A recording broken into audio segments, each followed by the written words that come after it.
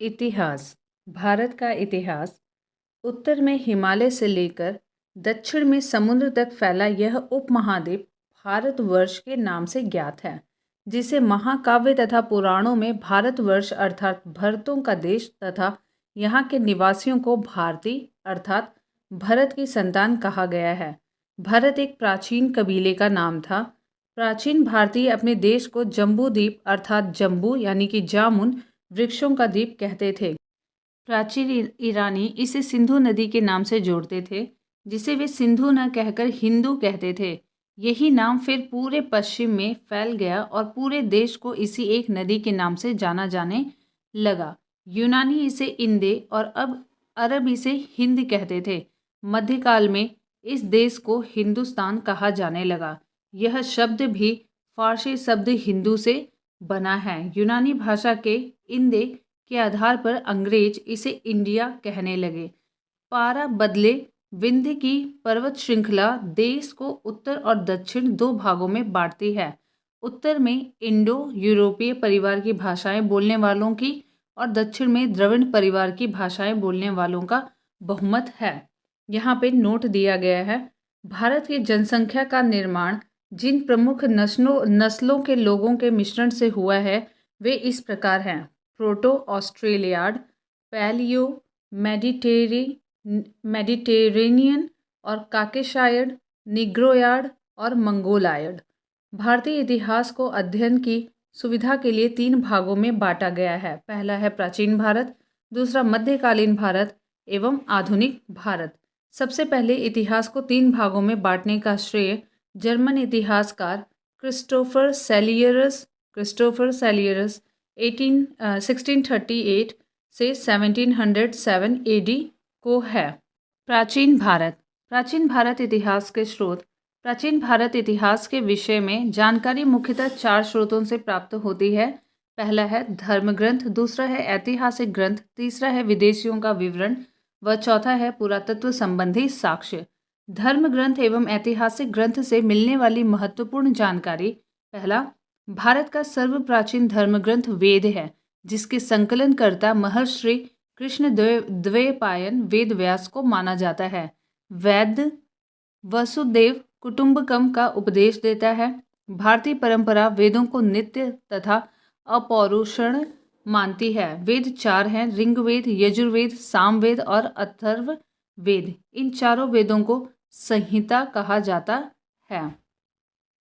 ऋग्वेद, पहले हम ऋग्वेद के बारे में पढ़ेंगे। ऋचाओं के क्रमबद्ध ज्ञान के संग्रह को ऋग्वेद कहा जाता है। इसमें 10 मंडल, 128 सूक्त, वालखिल्य पाठ के 11 सूक्तों सहित एवं 10,462 ऋचाएँ हैं। इस वेद की रचनाओं के पढ़ने वाले ऋषि को होत्र कहते हैं। इस वेद से आर्य की राजनीतिक प्रणाली, इतिहास एवं ईश्वर की महिमा के बारे में जानकारी मिलती है।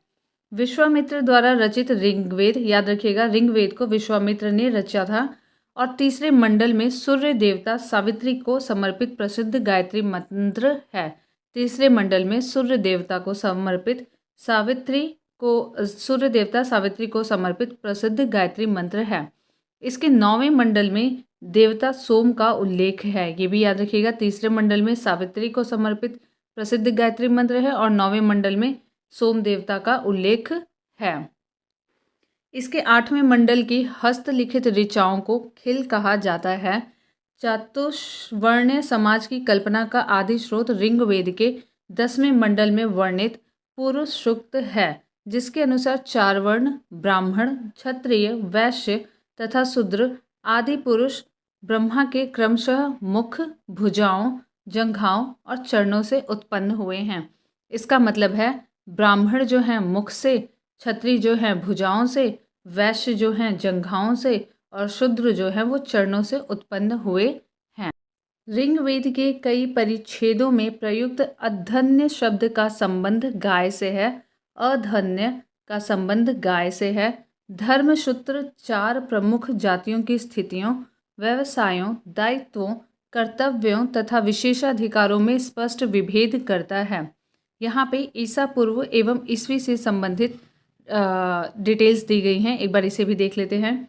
वर्तमान में प्रचलित ग्रेगोरियन कैलेंडर, ईसाई कैलेंडर जिसे जूलियन कैलेंडर भी कहते हैं, ईसाई धर्मगुरु ईसा मसीह के जन्म वर्ष कल्पित पर आधारित है। ईसा मसीह के जन्म के पहले के समय को ईसा पूर्व यानी कि BC, before the birth of Jesus Christ कहा जाता है। ईसा पूर्व में वर्षों की गिनती उल्टी दिशा में होती है। जैसे महात्मा बुद्ध का जन्म 563 ईसा पूर्व में एवं मृत्यु 483 ईसा पूर्व में हुआ। यानी ईसा मसीह के जन्म के 563 वर्ष पूर्व महात्मा बुद्ध का जन्म एवं 483 वर्ष पूर्व मृत्यु हुई। ईसा मसीह की जन्म तिथि से आरंभ हुआ सन ईसवी सन कहलाता है। उनके जन्म के बाद से आरंभ हुआ जो भी सन होगा वो ईसवी सन कहलाता है। इसके लिए संक्षेप में ई लिखा जाता है। ई को लैटिन भाषा के शब्द AD में भी लिखा जाता है। AD यानी कि एनो डोमिनी, जिसका शब्द शाब्दिक अर्थ है in the year of Lord Jesus Christ. वामनावतार के 3 पगों के आख्यान का प्राचीनतम स्रोत ऋग्वेद है। वामनावतार के 3 पगों के आख्यान का प्राचीनतम स्रोत ऋग्वेद है। ऋग्वेद में इंद्र के लिए 250, अग्नि के लिए 200 ऋचाओं की रचना की गई है। इंद्र के लिए 250, अग्नि के लिए 200 ऋचाओं की। प्राचीन इतिहास के साधन के रूप में वैदिक साहित्य में ऋग्वेद के बाद शतपथ ब्राह्मण का स्थान है। अब हम पढ़ेंगे यजुर्वेद के बारे में। स्वस्वर पाठ के लिए मंत्रों, बलि के समय अनुपालन के लिए नियमों का संकलन यजुर्वेद कहलाता है। इसके पाठ्यकर्ता को अथर्व कहते हैं। यजुर्वेद में यज्ञों के नियमों एवं विधि विधानों का संकलन मिलता है। इसमें बलिदान विधि का भी वर्णन है। यह एक ऐसा वेद है जो गद्य और पद्य दोनों में ही है। सामवेद, शाम का शाब्दिक अर्थ है गान। इस वेद में मुख्यतः यज्ञों के अवसर पर गाए जाने वाले ऋचाओं यानी मंत्रों का संकलन है। इसके पाठ्यकर्ता को उदात्त कहते हैं। इसका संकलन ऋग्वेद पर आधारित है। यह भारतीय संगीत का जनक कहा जाता है। सामवेद भारतीय संगीत का जनक कहा जाता है। यजुर्वेद तथा सामवेद में किसी भी विशिष्ट ऐतिहासिक घटना का वर्णन नहीं है। अगला है अथर्ववेद। अथर्ववेद अथर्वा ऋषि द्वारा रचित इस वेद में कुल 731 मंत्र तथा लगभग 6000 पद्य हैं। इसके कुछ मंत्र ऋग्वैदिक मंत्रों से भी प्राचीनतम हैं। अथर्ववेद कन्याओं के जन्म की निंदा करता है। याद रखिएगा, अथर्ववेद कन्याओं के जन्म की निंदा करता है। ऐतिहासिक दृष्टि से अथर्ववेद का महत्व इस बात में है कि इसमें सामान्य पुरुषों के विचारों तथा अंधविश्वासों का विवरण मिलता है। एक और चीज़ यहाँ पे देखते हैं, कुछ पुराण दिए गए हैं और उनसे संबंधित वंश दिए गए हैं। तो जो विष्णु पुराण है वो मौर्य वंश से संबंधित है। विष्णु पुराण मौर्य वंश से संबंधित है। मत्स्य पुराण आंध्र सातवाहन वंश से संबंधित है। वायु पुराण गुप्त वंश से संबंधित है। वायु कभी दिखाई नहीं देती, इसलिए हम उसे गुप्त वंश से इस तरीके से ट्रिकी वे में याद कर सकते हैं। पृथ्वी सूक्त अगला है। पृथ्वी सूक्त अथर्ववेद का प्रतिनिधि सूक्त माना जाता है। इनमें मानव जीवन के सभी पक्षों जैसे गृह निर्माण, कृषि की उन्नति, व्यापारिक मार्गों का गाहन या खोज, रोग निवारण, समन्वय, विवाह, प्रणय गीतों, राजभक्ति, राजा का चुनाव, बहुत से वनस्पतियों एवं औषधियों, सांप, वशीकरण, प्रायश्चित, मातृभूमि महात्म्य आदि का विवरण दिया गया है। कुछ मंत्रों में जादू टोने का भी वर्णन है। याद रखिएगा, जादू टोना भी अथर्ववेद में मेंशन है। अथर्ववेद में परीक्षित को कुरुओं का राजा कहा गया है तथा कुरु देश की समृद्धि का अच्छा चित्रण मिलता है। इसमें सभा और समिति को प्रजापति की 2 पुत्रियां कहा गया है। सबसे प्राचीन वेद ऋग्वेद है और सबसे बाद का वेद यानी कि सबसे नया वेद अथर्ववेद है। वेदों को भली भांति समझने के लिए 6 वेदांगों की रचना हुई है। वो 6 वेदांग हैं शिक्षा, ज्योतिष, कल्प, व्याकरण, निरुक्त तथा छंद। भारतीय ऐतिहासिक कथाओं का सबसे अच्छा क्रमबद्ध विवरण पुराणों में मिलता है। इसके रचयिता लोमहर्ष तथा उनके पुत्र उग्र श्रवा माने जाते हैं। इनकी संख्या 18 है, जिनमें से केवल 5 मत्स्य, वायु, विष्णु, ब्राह्मण एवं भागवत में ही राजाओं की वंशावली पाई जाती है। पुराणों में मत्स्य पुराण सबसे प्राचीन एवं प्रामाणिक है। अगला है, अधिकतर पुराण सरल संस्कृत श्लोक में लिखे गए हैं। स्त्रियां तथा शूद्र जिन्हें वेद पढ़ने की अनुमति नहीं थी, वे भी पुराण सुन सकते थे। पुराणों का पाठ पुजारी मंदिरों में किया करते थे। स्त्री की सर्वाधिक गिरी हुई स्थिति मैत्रेयनी संहिता में से प्राप्त होती है, जिसमें जुआ और शराब की भांति स्त्री को पुरुषों का तीसरा मुख्य दोष बताया गया है। शतपथ ब्राह्मण में स्त्री को पुरुष की अर्धांगिनी कहा गया है। जाबालोपनिषद में चारों आश्रमों का उल्लेख मिलता है। जाबालोपनिषद में चारों आश्रमों का उल्लेख मिलता है। स्मृति ग्रंथों में सबसे प्राचीन एवं प्रामाणिक मनुस्मृति मानी जाती है। यह शुंग काल का मानक ग्रंथ है। नारद स्मृति गुप्त युग के विषय में जानकारी प्रदान करती है। जातक में बुद्ध की पूर्व जन्म की कहानियां वर्णित हैं। हीनयान का प्रमुख ग्रंथ कथावस्तु है, जिसमें महात्मा बुद्ध का जीवन चरित्र अनेक कथनांकों के साथ वर्णित है। याद रखिएगा, जातक में बुद्ध की पूर्व जन्म की कहानियां वर्णित हैं। हीनयान का प्रमुख ग्रंथ कथावस्तु है, जिसमें महात्मा बुद्ध का जीवन चरित्र अनेक कथानकों के साथ वर्णित है। जैन साहित्य को आगम कहा जाता है। जैन साहित्य को आगम कहा जाता है। जैन धर्म का प्रारंभिक इतिहास कल्पसूत्र से ज्ञात होता है। जैन ग्रंथ भगवती सूत्र में महावीर के जीवन कृत्यों तथा अन्य समकालिकों के साथ उनके संबंधों का विवरण मिलता है। अर्थशास्त्र के लेखक चाणक्य, कौटिल्य या विष्णुगुप्त हैं। यह 15 अधिकरणों एवं 180 प्रकरणों में विभाजित है। अर्थशास्त्र के जो लेखक हैं, इसे याद रखिएगा, चाणक्य हैं, जिन्हें कौटिल्य या विष्णुगुप्त के नाम से भी जाना जाता है। यह 50 अधिकरणों एवं 180 प्रकरणों में विभाजित है। ये कंटेंट है उसके। इससे मौर्यकालीन इतिहास की जानकारी प्राप्त होती है। याद रखिएगा, अर्थशास्त्र से मौर्यकालीन इतिहास की जानकारी प्राप्त होती है। और इनके अनुवादक हैं श्याम शास्त्री। संस्कृत साहित्य में ऐतिहासिक घटनाओं को क्रमबद्ध लिखने का सर्वप्रथम प्रयास कल्हड़ के द्वारा किया गया था। संस्कृत साहित्य में ऐतिहासिक घटनाओं को क्रमबद्ध लिखने का सर्वप्रथम प्रयास कल्हड़ के द्वारा किया गया था। कल्हड़ द्वारा रचित पुस्तक राजतरंगिणी 8 तरंग हैं, जिसका संबंध कश्मीर के इतिहास से है। कल्हड़ द्वारा रचित पुस्तक राजतरंगिणी में 8 तरंग हैं, जिसका संबंध कश्मीर के इतिहास से है। अरबों के सिंध विजय का वृत्तांत चचनामा उसके लेखक हैं अली अहमद में सुरक्षित है। अरबों ने जब सिंध का विजय किया था तो उसके बारे में चचनामा में लिखा हुआ है और उसके लेखक हैं अली अहमद। अष्टाध्यायी संस्कृत भाषा व्याकरण की प्रथम पुस्तक है। संस्कृत साहित्य को सबसे पहले कल्हड़ ने लिखने की कोशिश की थी और वो थी राजतरंगिणी में।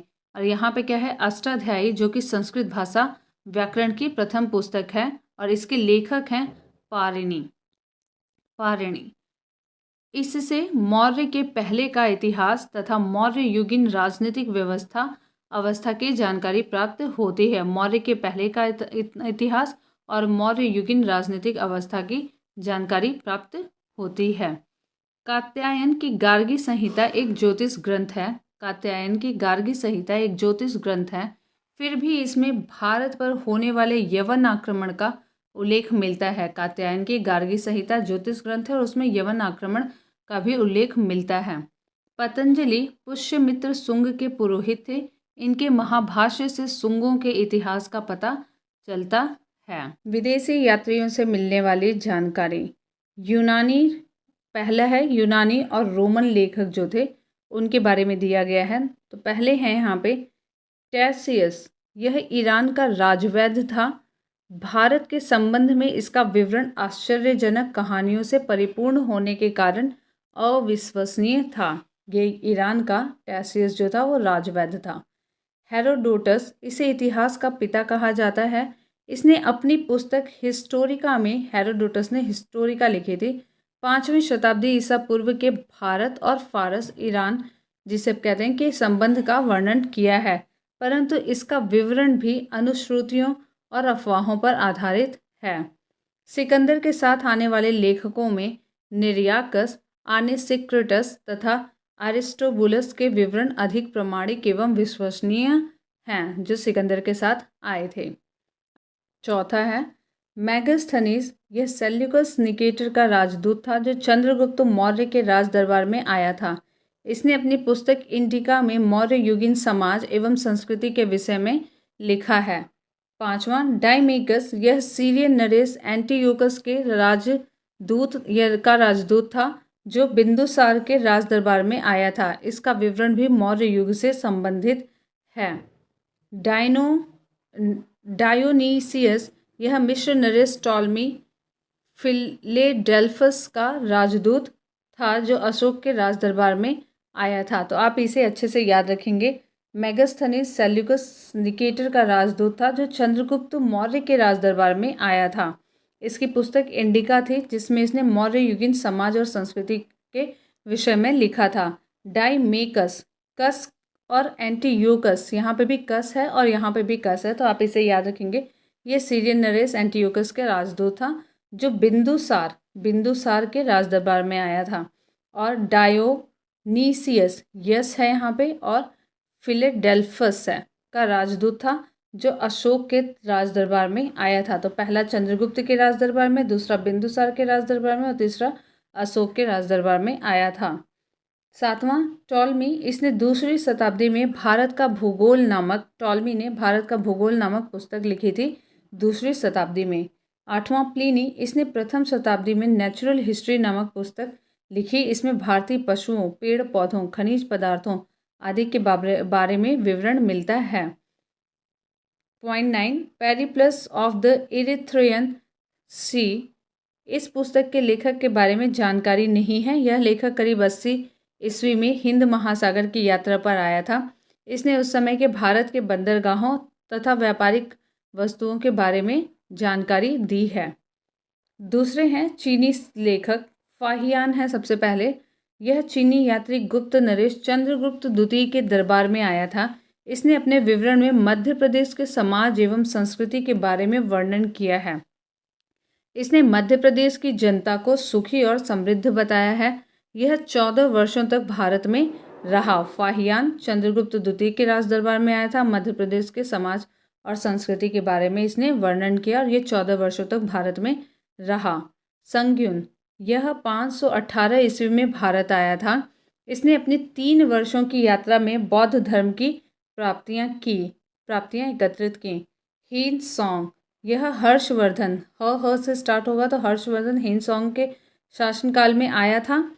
हेनसोंग 629 ईस्वी में चीन से भारतवर्ष के लिए प्रस्थान किया और लगभग 1 वर्ष की यात्रा के बाद सर्वप्रथम वह भारतीय राज्य कपिशा पहुंचा। भारत में 15 वर्षों तक ठहरकर 645 ईस्वी में चीन लौट गया। वह बिहार में नालंदा जिला स्थित नालंदा विश्वविद्यालय में अध्ययन करने तथा भारत के बौद्ध ग्रंथों को एकत्र करके ले जाने के लिए आया था।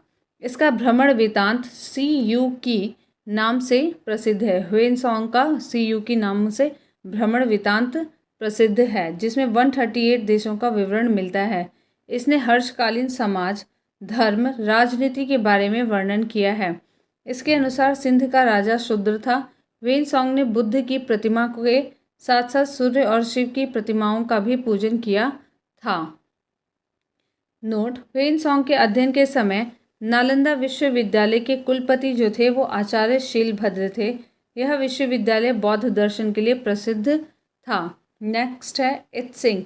यह 7वीं शताब्दी के अंत में भारत आया।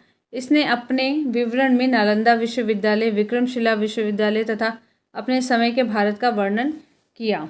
अगले हैं, यहाँ पे इनके सीक्वेंस भी पूछे जाते हैं, तो एक बार आप ध्यान से इनके सीक्वेंस को देख लेंगे कि सबसे पहले फाहियान आया था, फिर संग्यून आए थे, फिर ह्वेनसोंग आए थे और उसके बाद इत्सिंग। आगे देखते हैं अरबी लेखक। अरबी लेखकों में सबसे पहले हैं अल-बरूनी। यह महमूद गजनवी के साथ भारत आया था। अरबी में लिखी गई उसकी कृति है किताब उल हिंद या तहकीक हिंद। अरबी में लिखी हुई है किताब उल हिंद या तहकीक हिंद, जिसका मतलब है भारत की खोज। आज भी इतिहासकारों के लिए यह एक महत्वपूर्ण स्रोत है। यह एक विस्तृत ग्रंथ है जो धर्म और दर्शन, त्योहारों, खगोल विज्ञान, कीमिया रीति रिवाजों और प्रथाओं, सामाजिक जीवन, भार तौल, माप विधियों, मूर्तिकला, कानून और मापतंत्र विज्ञान आदि विषयों के आधार पर 80 अध्यायों में विभाजित है। इसमें राजपूत कालीन समाज, धर्म, रीति रिवाज, राजनीतिक आदि पर सुंदर प्रकाश डाला गया है। दूसरा, इब्न बतूता, इसके द्वारा अरबी भाषा में लिखा गया है उसका यात्रा वृतांत, जिसे रहला कहते हैं। इब्न बतूता ने रहला लिखी थी। 14वीं शताब्दी में भारतीय उपमहाद्वीप के सामाजिक और सांस्कृतिक जीवन के विषय में बहुत ही प्रचुर तथा सबसे रोचक जानकारी देता है। 1333 ईस्वी में दिल्ली पहुंचने पर इसकी विद्वता से प्रभावित होकर सुल्तान मोहम्मद बिन तुगलक ने उसे दिल्ली का काजी या न्यायाधीश नियुक्त किया। अन्य लेखक, जैसे पहले हैं तारानाथ, यह एक तिब्बती लेखक था। इसने कंग्यूर और तंग्यूर नामक ग्रंथ की रचना की। इनसे भारतीय इतिहास के बारे में जानकारी मिलती है। नेक्स्ट, मार्को पोलो, यह 13वीं शताब्दी के अंत में पांड्य देश की यात्रा पर आया था। इसका विवरण पांड्य इतिहास के अध्ययन के लिए उपयोगी है। पुरातत्व संबंधी साक्ष्य से मिलने वाली जानकारी। भारतीय पुरातत्व शास्त्र का पितामह सर अलेक्जेंडर कनिंघम को कहा जाता है, father of an Indian archaeology. 1400 ईसा पूर्व के अभिलेख बोगाजकोई एशिया माइनर से वैदिक देवता मित्र, वरुण, इंद्र और नासत्य अश्वनी कुमार के नाम मिलते हैं। मध्य भारत में भागवत धर्म विकसित होने का प्रमाण यवन राजदूत होलियोडोरस के वेसनगर विदिशा गरुड़ स्तंभ लेख से प्राप्त होता है। भागवत धर्म मध्य भारत में विकसित होने का प्रमाण यवन राजदूत होलियोडोरस के वेसनगर विदिशा गरुड़ स्तंभ लेख से प्राप्त होता है। सर्वप्रथम भारतवर्ष का जिक्र हाथी गुम्फा अभिलेख में हुआ है। भारतवर्ष का सर्वप्रथम जिक्र हाथी गुम्फा अभिलेख में हुआ है। सर्वप्रथम दुर्भिक्ष की जानकारी देने वाला अभिलेख सौहगोरा अभिलेख है। दुर्भिक्ष मतलब भुखमरी। इस अभिलेख में संकट काल में उपयोग हुए खाद्यान्न सुरक्षित रखने का भी उल्लेख है। सर्वप्रथम भारत पर होने वाले हुण आक्रमण की जानकारी भीतरी स्तंभ लेख से प्राप्त होती है। हुण आक्रमण की जानकारी भीतरी स्तंभ लेख से प्राप्त होती है। सती प्रथा का पहला लिखित साक्ष्य एरण अभिलेख शासक भानुगुप्त से प्राप्त होता है। सती प्रथा का पहला लिखित साक्ष्य एरण अभिलेख शासक भानुगुप्त से प्राप्त होता है। सातवाहन राजाओं का पूरा इतिहास उनके अभिलेखों के आधार पर लिखा गया है। रेशम बुनकर की श्रेणियों की जानकारी मंदसौर अभिलेख से प्राप्त होती है। कश्मीरी नवपाषाणिक पुरास्थल बुर्ज होम से गर्तावास गड्ढा घर का साक्ष्य मिला है। इनमें उतरने के लिए सीढ़ियां होती थीं। प्राचीनतम सिक्कों को आहत सिक्के कहा जाता है। इसी को साहित्य में कार्षार्पण कहा गया है। सर्वप्रथम सिक्कों पर लेख लिखने का कार्य यवन शासकों ने किया। समुद्रगुप्त की वीणा बजाती हुई मुद्रा वाले सिक्के से उसके संगीत प्रेमी होने का प्रमाण मिलता है। समुद्रगुप्त वीणा बजाती हुई मुद्रा वाली सिक्के पे उसका चित्र अंकित है। अरिकमेडु पौंडीचेरी के निकट से रोमन सिक्के प्राप्त हुए हैं। सबसे पहले भारत के संबंध में वर्मा सुवर्ण भूमि, वर्तमान में म्यांमार, मलाया स्वर्ण द्वीप, कंबोडिया, कंबोज और जावा यवद्वीप से स्थापित हुए हैं। यहाँ पे महत्वपूर्ण अभिलेख हैं जिनमें अभिलेख और उनसे संबंधित शासक लिखे हुए हैं। पहला अभिलेख हाथी गुम्फा अभिलेख तिथि रहित अभिलेख है। हाथी गुम्फा तिथि रहित अभिलेख है। कलिंगराज खारखेल। जूनागढ़ गिरनार अभिलेख जो है वो रुद्र दामन। नासिक अभिलेख गौतमी बलश्री। प्रयाग स्तंभ समुद्र गुप्त। एहोल अभिलेख पुलकेशिन द्वितीय।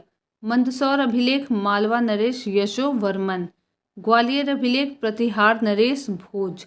भीतरी एवं जूनागढ़ अधिलेख तो स्कंदगुप्त। भीतरी और जूनागढ़ है तो स्कंद कहाँ होते हैं? कंद की तरह भीतर में होते हैं। और प्रयाग स्तंभ जो होता है वो समुद्र के जैसा दिखता है, तो प्रयाग जहाँ संगम है वहाँ समुद्र है। ठीक है, तो ऐसे हम याद कर सकते हैं। देवपाड़ा अभिलेख बंगाल शासक विजय सेन। देवपाड़ा बंगाल शासक विजय सेन। अभिलेखों का अध्ययन एपिग्राफी कहलाता है। उत्तर भारत के मंदिरों की कला की शैली जो है वो नागर शैली एवं दक्षिण भारत के मंदिरों की कला की शैली जो है वो द्रविड़ शैली कहलाती है। दक्षिणापथ के मंदिरों के निर्माण में नागर और द्रविड़ दोनों शैलियों का प्रभाव पड़ा, अतः यह वेसर शैली कहलाती है। नागर और द्रविड़ शैली का मिक्स रूप है वेसर शैली। पंचायतन शब्द मंदिर रचना शैली से संबंधित है। एक हिंदू मंदिर तब पंचायतन शैली का कहलाता है जब मुख्य मंदिर 4 सहायक मंदिरों से घिरा होता है। पंचायतन मंदिर के उदाहरण हैं कंदरिया महादेव मंदिर जो कि खजुराहो में है, बृहेश्वर मंदिर जो कि भुवनेश्वर में है, लक्ष्मण मंदिर जो खजुराहो में है, लिंगराज मंदिर जो भुवनेश्वर में है, दशावतार मंदिर जो देवगढ़ उत्तर प्रदेश में है, गोंडेश्वर मंदिर जो महाराष्ट्र में है।